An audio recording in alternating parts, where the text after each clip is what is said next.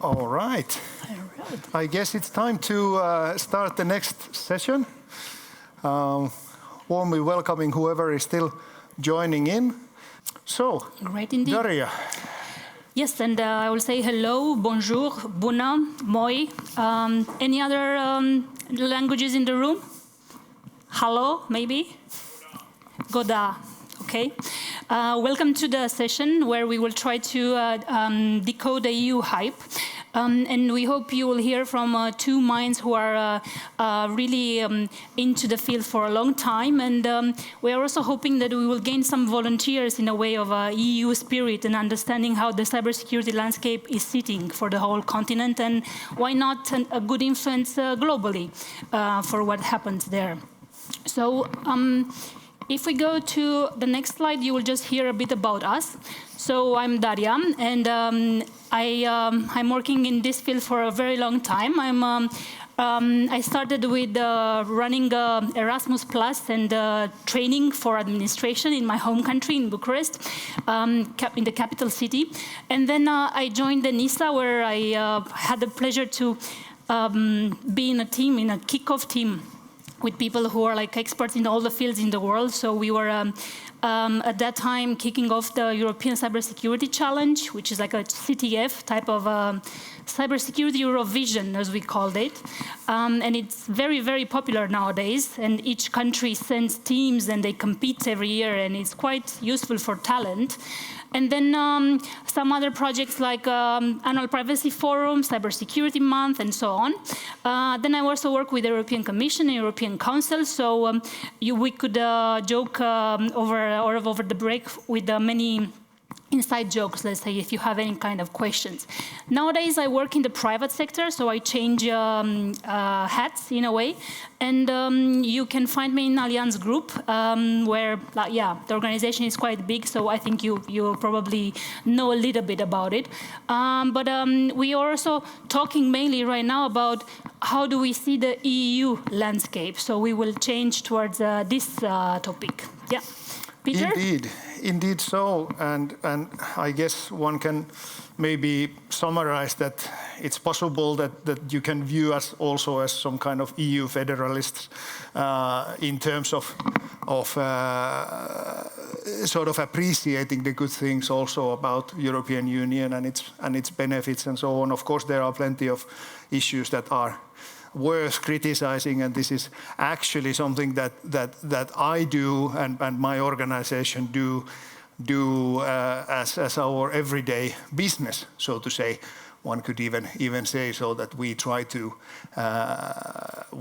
sort of contribute to the steering of European Union and its policies in terms of digital security, cyber security, and to what it comes to the security and the business environment, internal market, all in all. As we know, many people are already saying that there is no really separate security so much between digital and physical, because the interaction between these two are so significant that it's hard to sort of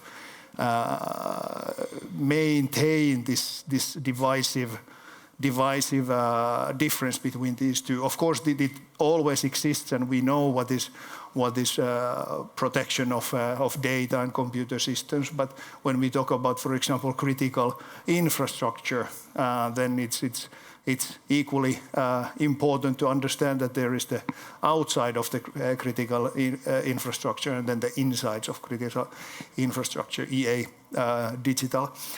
So, but anyway. My name is Peter Sund. I am the CEO of Finnish Information Security Cluster.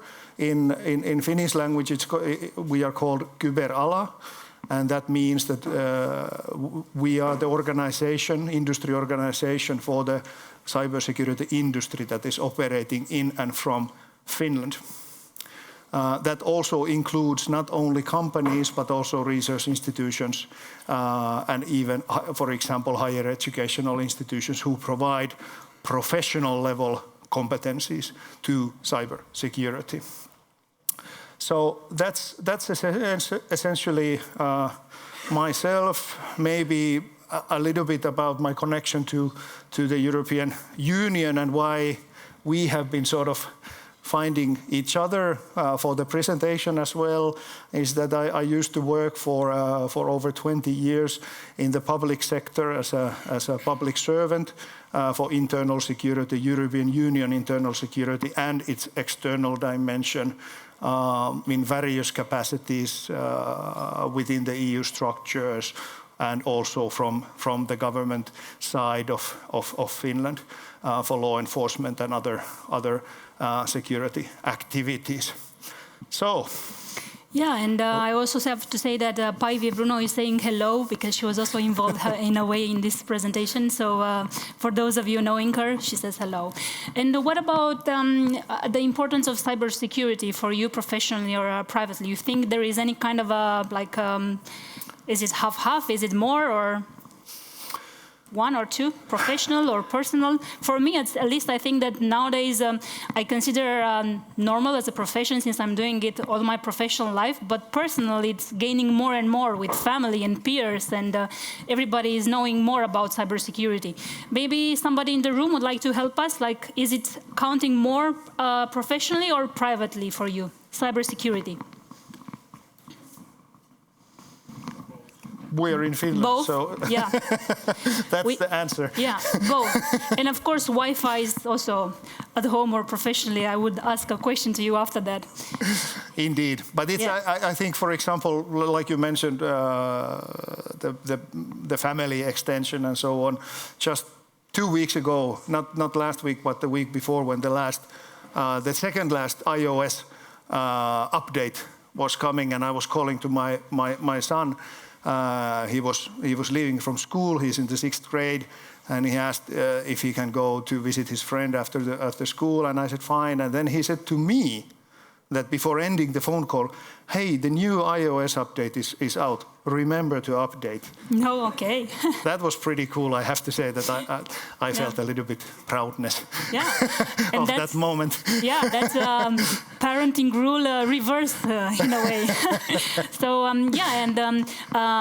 I think this is what we are talking right now. The EU regulations, at least from me, it's also about benchmarking and keeping the benchmarking quite high. And of course, we can criticize or we can debate or we can consult, as you are saying, but I will play let's say the good cop today, because I think it's mostly important for benchmarking. And for those of you who've been in Davos, I was not in January, but I read the cybersecurity Davos report, and it was saying that C-level and executives, and they are appreciating more and more compared to 2 years ago the regulations. And this was a bit, let's say, weird to me, because like who appreciates legislation?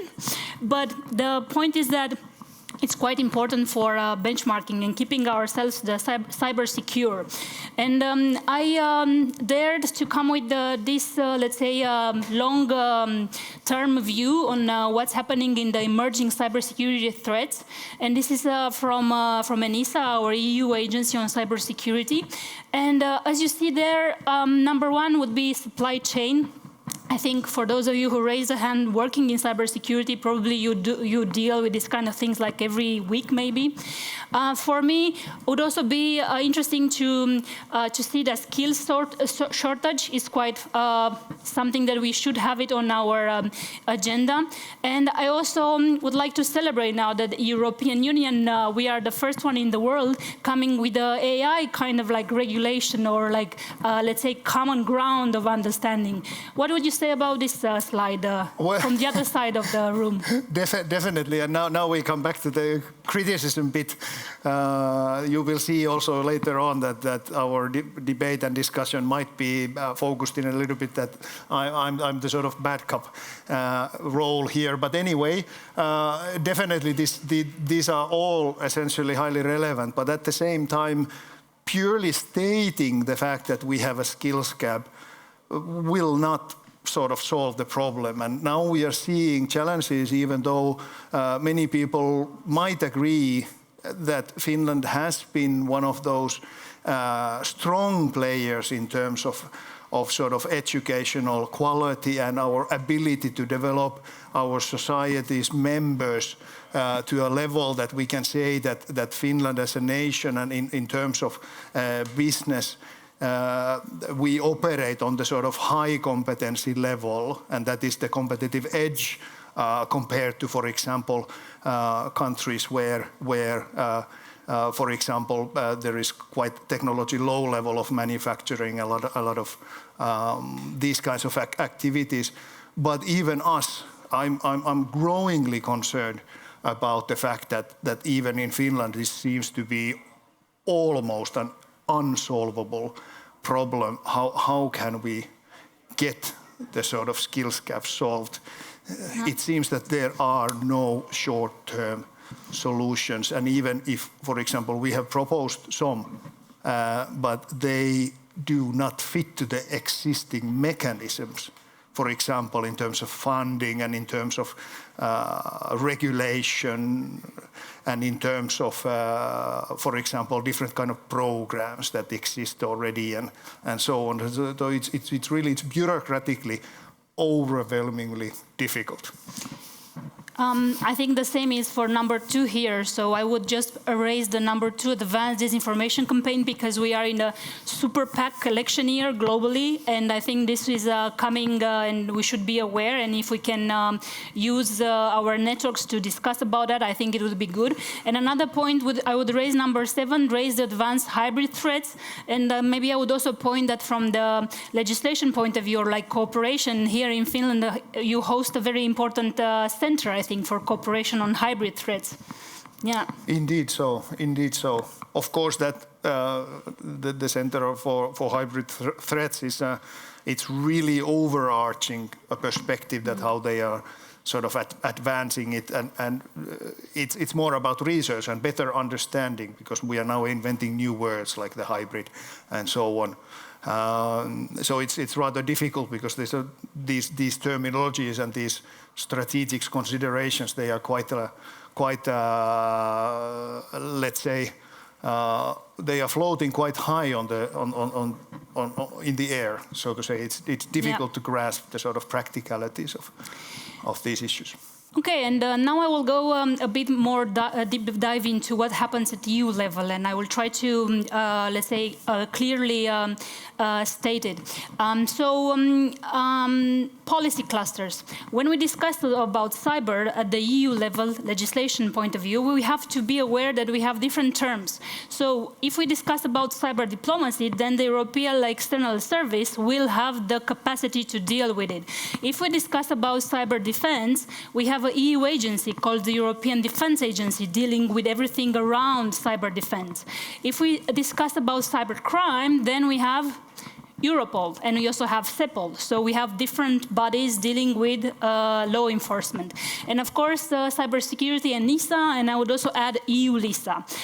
With this, I want to say that if you, as a cyber professionals, you deal with one of the terms, be aware that in terms of EU, you will have to deal with a very specialized, let's say, agency. And if we delve into the national, let's say, realities, this is also a bit more complex than that. So let's take the example of what's happening here in Helsinki or in Finland. Well, indeed, and even without going to the sort of member state level, one can also see these policy areas in a way that they are all more or less, excuse me for my criticism again, but I see them as like in many respects like a one-legged person, that the policies, the areas, they are like hopping with only one leg, and they are not so effective as anybody who would have 2 legs.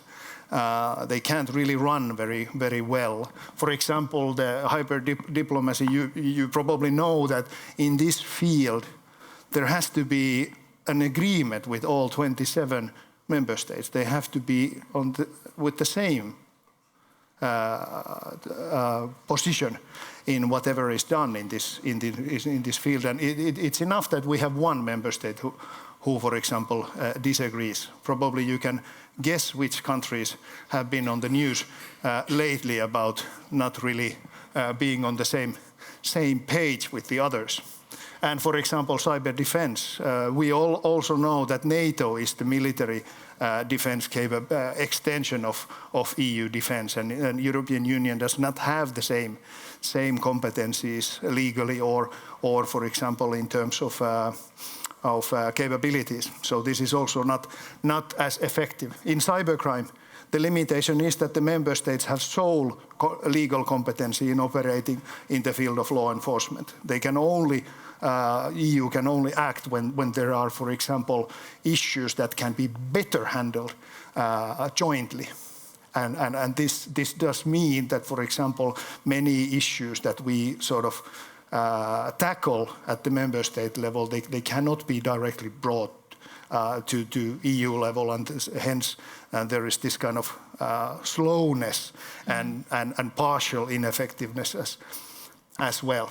And for those of you still thinking about if you want to change track in your profession or you want to study more, I think cyber law is quite important nowadays, because I see more and more also at European level, but also globally. If you have to do incident response globally, then you need a lot of lawyers in order to back you up and also strategically support you with that.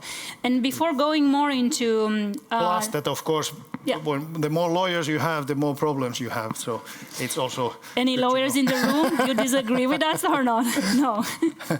Yeah. I think that I can a little bit criticize, because being sort of one-legged person in that field as well. So. Yeah, I would maybe back to your argument of saying that is one-legged, I would only say that it takes a long time to develop public policy, and we have to keep that in mind.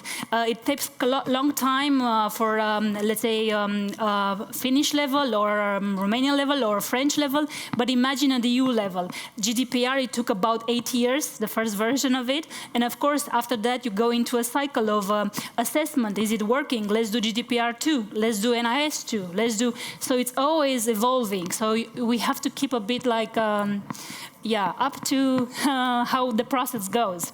But back to you. Yeah, definitely. It's, I mean, we have to respect the fact that these are democratic processes. So we all have a stake in it. And that's one of the maybe the key messages that we want to convey, that it's really about public discussion. It's really about participation, not only in your professional competencies, but as citizens as well, because it matters who you vote for and so on. So it's rather important, and democracy is not only about voting; it's really about the sort of public discussion on what are the best policy options that we should take. The story, as you probably heard from much wiser people than myself and Daria, who usually refer to European Union as that first we let the crisis develop, and then we come up with an overcomplicated solution, and then we end up agreeing with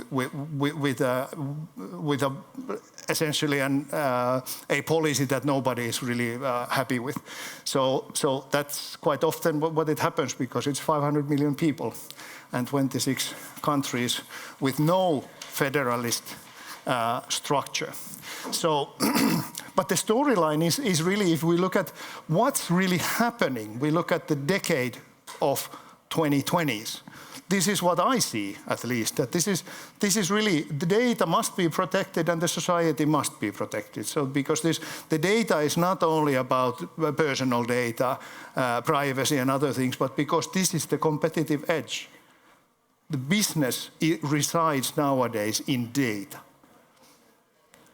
How companies develop things, how they do RDI, how their products work, what are the designs, what kind of data they create, and so on. It's all in data, and it's going to be even more.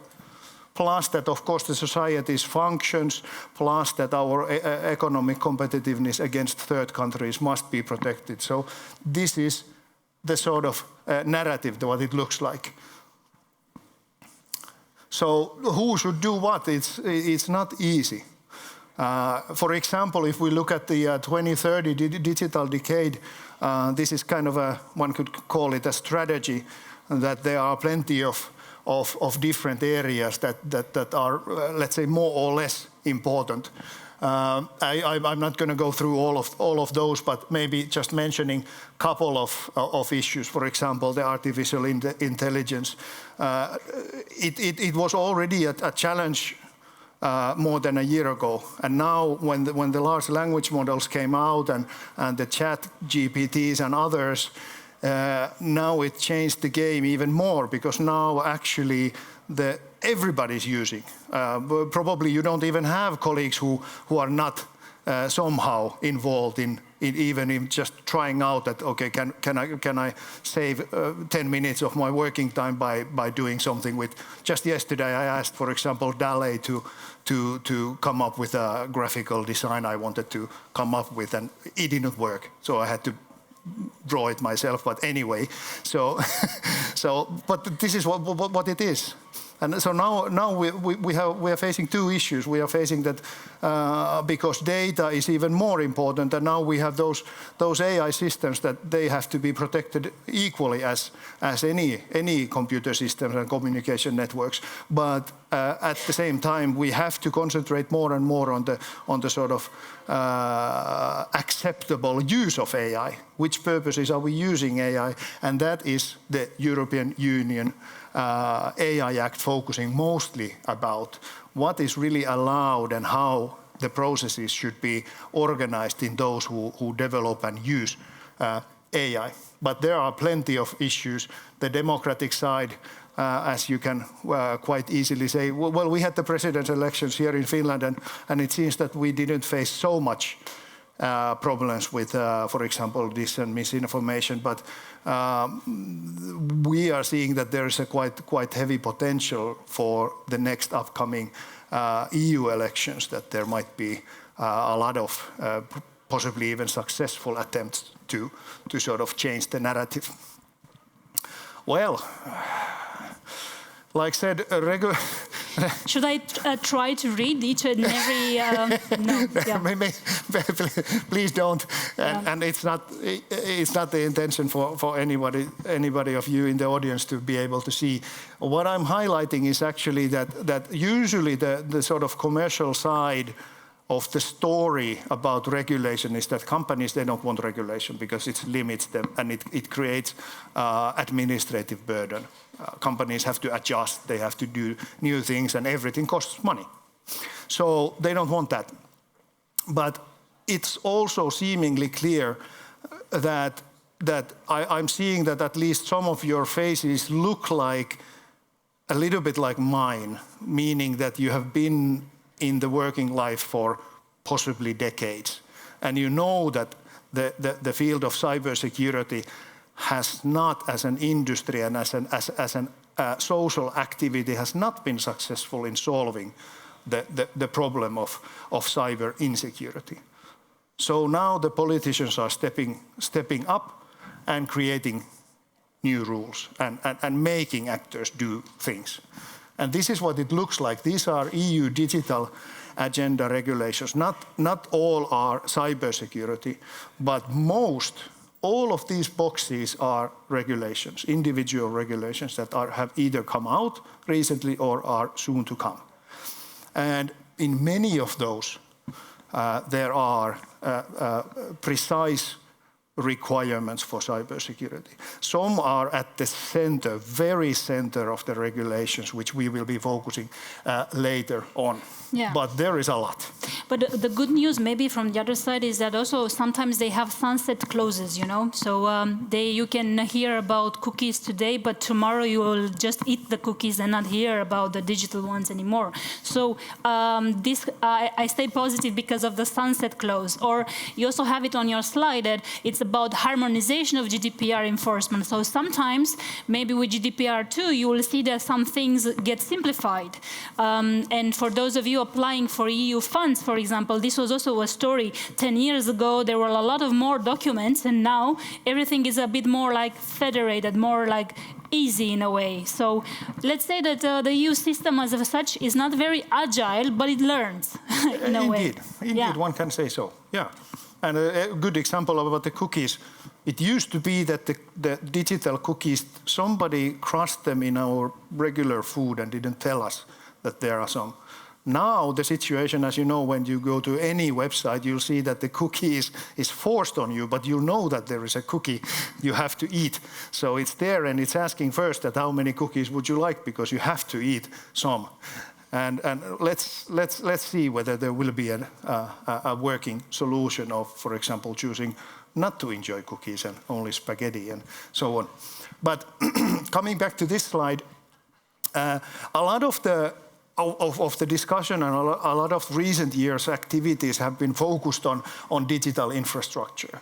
And I mean by digital infrastructure, I really mean the physical issues and also the insides of the inside of critical infrastructure. So protection of that and so on and so on. But now we are moving more and more, when we look at the sort of regulatory tsunami, we are more and more moving into the sort of soft infrastructure side. We call it soft infrastructure, whether that is a good term or not. But there is a lot of issues. There is a lot of what will be happening to the software, how software will be regulated in the near future, how, for example, digital contracts can operate, how business models are affected, what is allowed, what is not allowed, and so on.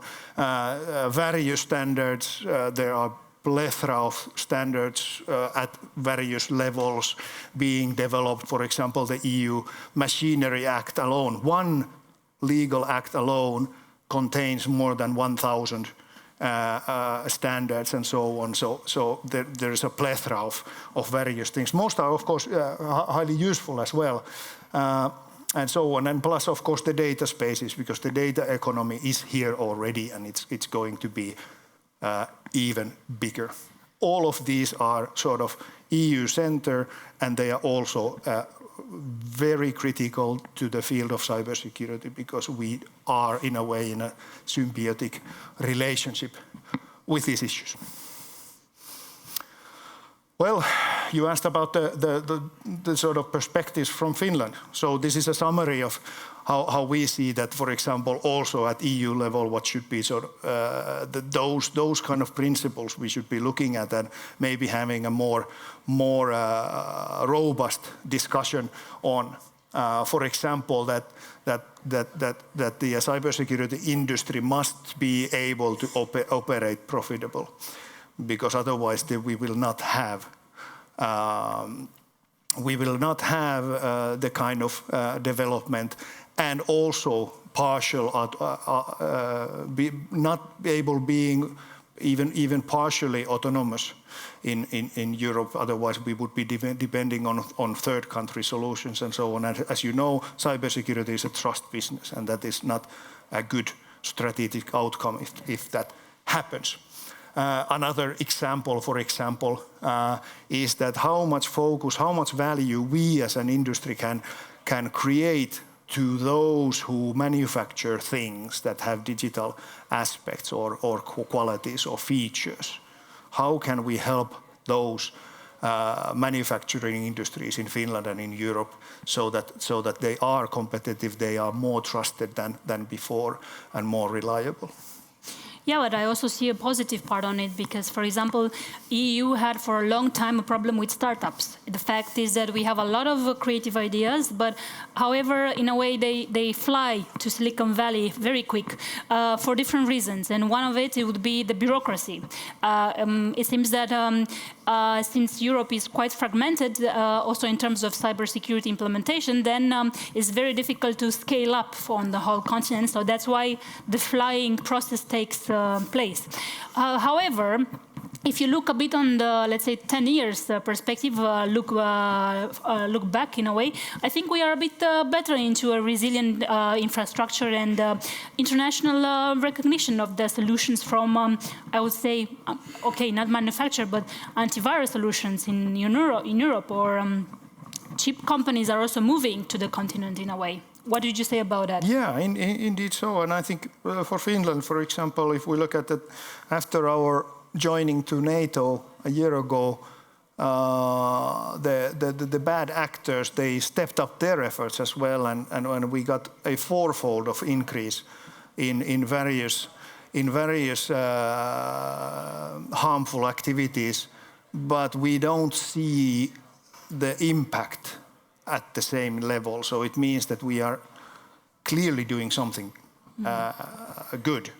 Of course, we can do even better because there are once in a while very unfortunate events, maybe too much. But still, it's not.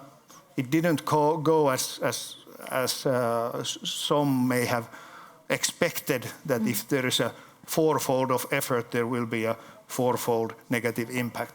Luckily, it didn't go that way.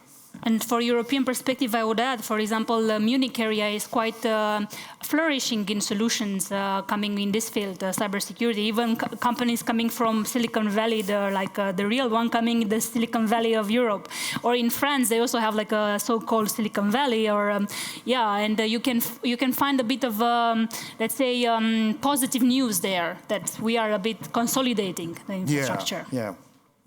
Definitely. I don't know what it's called. Maybe it's a baguette valley or something. Baguette valley. Yeah, that's a good proposition. There. Yes, you come with some cultural background for each of the... I would go to the Baguette Valley for sure. Here we are also suggesting to go a bit into the current views on legislation, and we are mentioning here the NIS2 directive, and this is quite interesting because, again, keep in mind this sunset clause that I was mentioning. We had NIS1 and now we have NIS2 because the regulation is learning from the market or from consultation bodies like yours, I'm sure, no? Yes, definitely.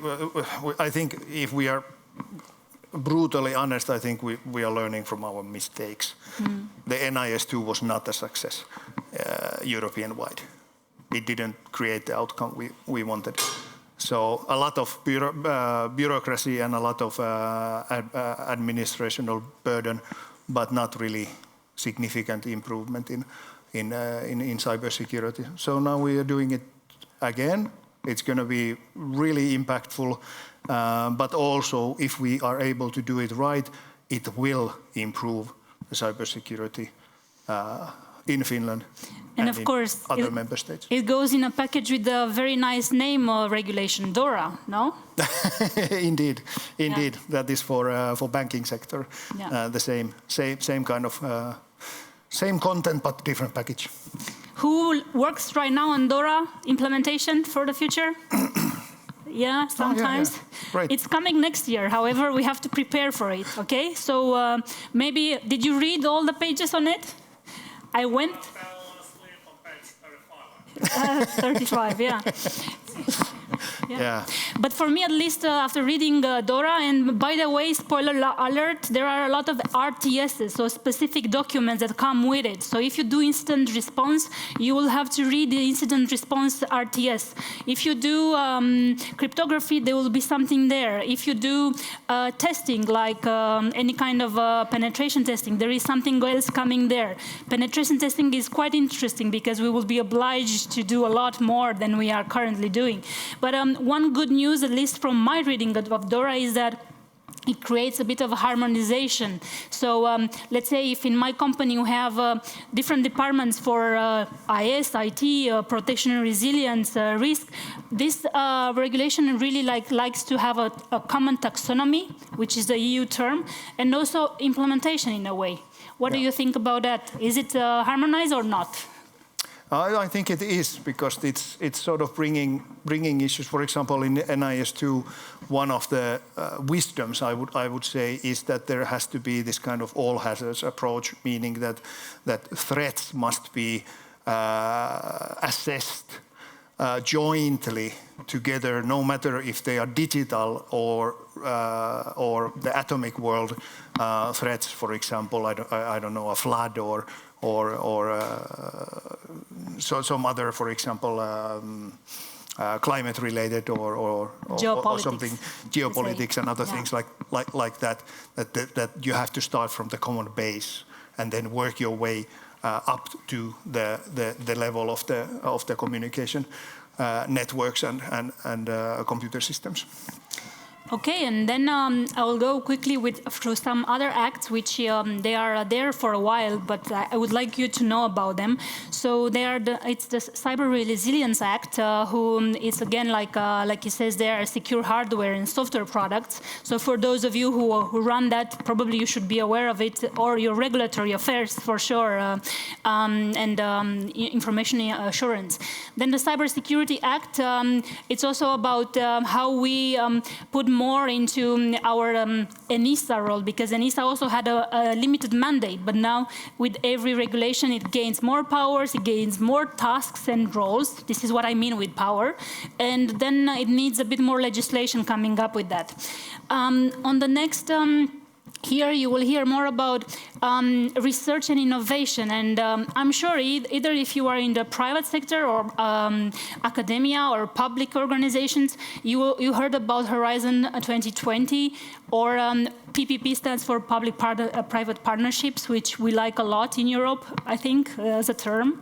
Horizon Europe again, Digital Europe is also another one, and you see here each of them have their own websites. However, there is a harmonization in terms of how you apply and how you get funds for that. This is good news, no? This is good news, definitely, and maybe most important factor is to recognize that all of these are essentially funding instruments for various projects that actors would like to engage in. But there is a sort of added layer, possibly added value also from the fact that there is a new institution that was established in European Union, and that is the Cybersecurity Competence Center that is also located in your home country, in Romania. It's a network agency, and that means that each member state has a national unit that actually runs those activities in various member states. And for example, in Finland, the center is located in the Finnish Traficom, which is the agency for transport and communications. And it has a role sort of operating with these and cross-sector these funding instruments, and we are hopeful that it will create maybe more streamlined approach and more easy access for actors. Yeah. I was working on the package of this center when I was at the European Commission and Council, and I have to say that it took a while. It took about 3 years to agree on like 3 pages among EU countries. So just to say that things are sometimes diplomatically difficult, but we made it in a way.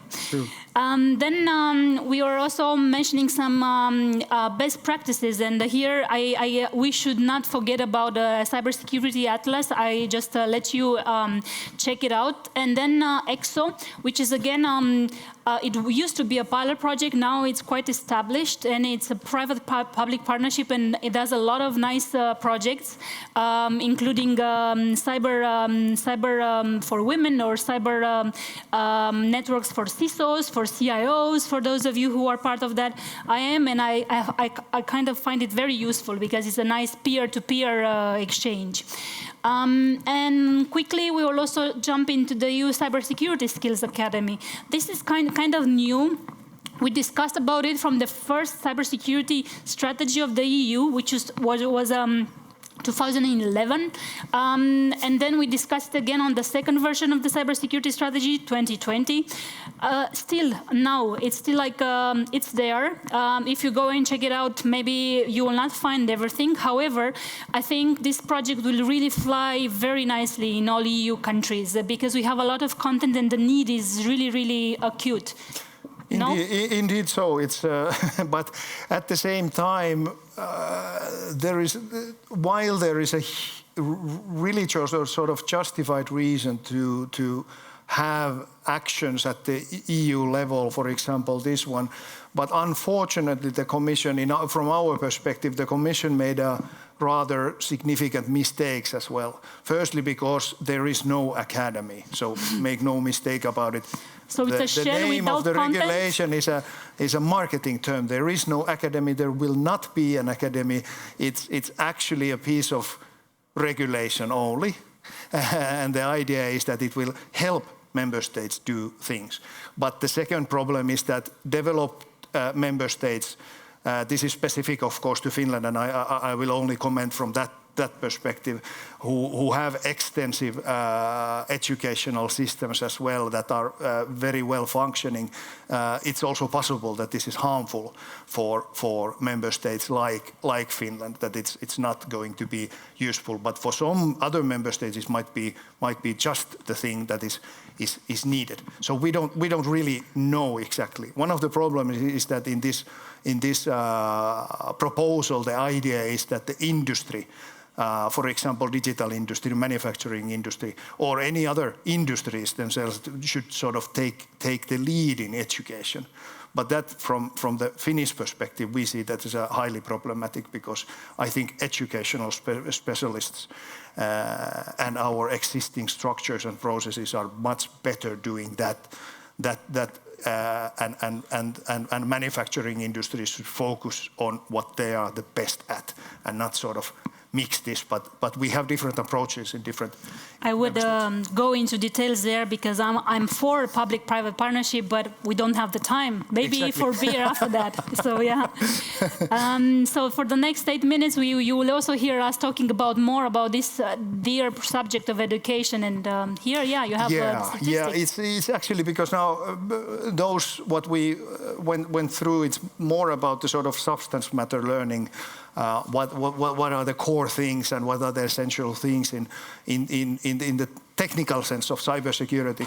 But we shouldn't forget the fact that if we look at employers, that what kind of workforce is needed in the future. No matter if we have an infinite number of AI assistants or whatever to help us, it still is that the sort of generic competencies are highly valued, and it means the ability to take information in, think about them, analyze them, and be flexible, learn new things, and so on. For example, one of the reasons that I'm very proud of that we have you here, because of this reason, because not only the field of cybersecurity, which is shaping and changing every day, but also the entire spectrum of digital is changing even more rapidly. From technological perspective, from policy perspective, from innovation perspective, and so on and so on. And also the problems that we create. Everybody knows, for example, the famous quote from Albert Einstein, that we shouldn't try to solve the problems with the same rationale we used when we created the problems in the first place. And this is really about the sort of wrapping our mind into new setting all the time, and this is highly valued, and it's needed no matter what the field is. And for cybersecurity, how it seems for us, it seems that few sort of fundamental principles we should be looking at still, and maybe a little bit more emphasis. One is the diversification of our industry. We know that, for example, in GDPR, it won't work if we have only lawyers. You know it, I think. But at the same time, cybersecurity, technical cybersecurity, information security will not work if we have only engineers. So we need a diversification of professional competencies in the field. The companies won't be successful if there are no competent people in sales who understand those aspects, or the RDI processes and so on. So we need plenty of more diverse people. But then we need to continue on the heterogenic approach, which means more women to our field. That also is, we know from research that the more diverse, more heterogenic teams we have, the better it will be. And I firmly believe that this is also the case in the field of cybersecurity. And what do we do about more AI into our field? What about that question? Well, that is a good good question as well. I think many companies are doing it already, and some have done it. Now every company sells something with AI in it. Well, that is also, maybe it's a sticker thing for now, but we'll see. Which is good in a way. But it's also like a question of how do we position ourselves as the last line of checking things and reviewing things. Definitely. So we should learn that, I think. Yeah. Now we also have a study case for you and understanding how this legislation can also apply to your own organization. So I will fly through it a little bit. I hope you keep up with my Hollywood titles. I don't know who saw the movie, but I liked it. Yeah. It's a bit of gamification approach. It doesn't matter where you apply it, at your C-level, at your all workforce. I really think that if you really think about legislation topics really that we talked about now, you should also think about how you communicating towards your field and how you create awareness. One important thing would also be to talk to your boards all the time. Don't leave your boards alone because they don't like to be alone. They want to hear from their good people and to hear what they can do to help you, to support you. And I also think that Top Gun is a good movie to sell cyber education with it because essentially I think it's about that. It's about using what you know that it works no matter where. And I'm also selling the idea that I need to be cyber secure for my professional work, but also for my personal work, you know? So maybe I will relate to your Wi-Fi previous presentation. Wi-Fi's are super important as a key word, at least. Here, I'm also a fan of CTFs, and if you read my dear Dora mention, you will also hear a lot about do more bug bounties, do more penetration testing, do more CTFs. So this is the idea. I think that we are trying to put it in legislation EU level for a long time. It was not there because it was too much, but now it is there, and I'm very happy that we have it there. So let's use the top of field things that we have. And another suggestion would be to again have storylines. We can disagree, maybe even you, Peter and me, we can disagree if Cyber Month is it's in which month is the Cyber Month? Anybody knows? Yes, thank you. That was April? No, in April we have ICT girling from the ICU from UN. But it doesn't matter. We can disagree if it's a good thing or not to have a Cyber Month. However, I really think that when we speak to boards with CISO heads and everything, we should really have a focus on this is my time to shine. So use it. It's very important to pass the message, and you will not be invited in the CFO office only if you have problems, maybe, and they want to cut your budgets. However, use that Cyber Month for being invited in the CFO message office and sell your message. If your customer is an NIS2 scope, you don't have to even wait about it. You will be invited for sure. In the CFO, yeah. Do you want to talk to CFOs normally? I don't want to, but yeah. Yeah. No. Okay. So. And then I would also invite. I think this country, Finland, has a very good history with gaming, at least what I know. And you are also good at selling them globally, but also creating this kind of focused games on cyber ready. And this is something that I also worked on, and I think it's quite useful to check.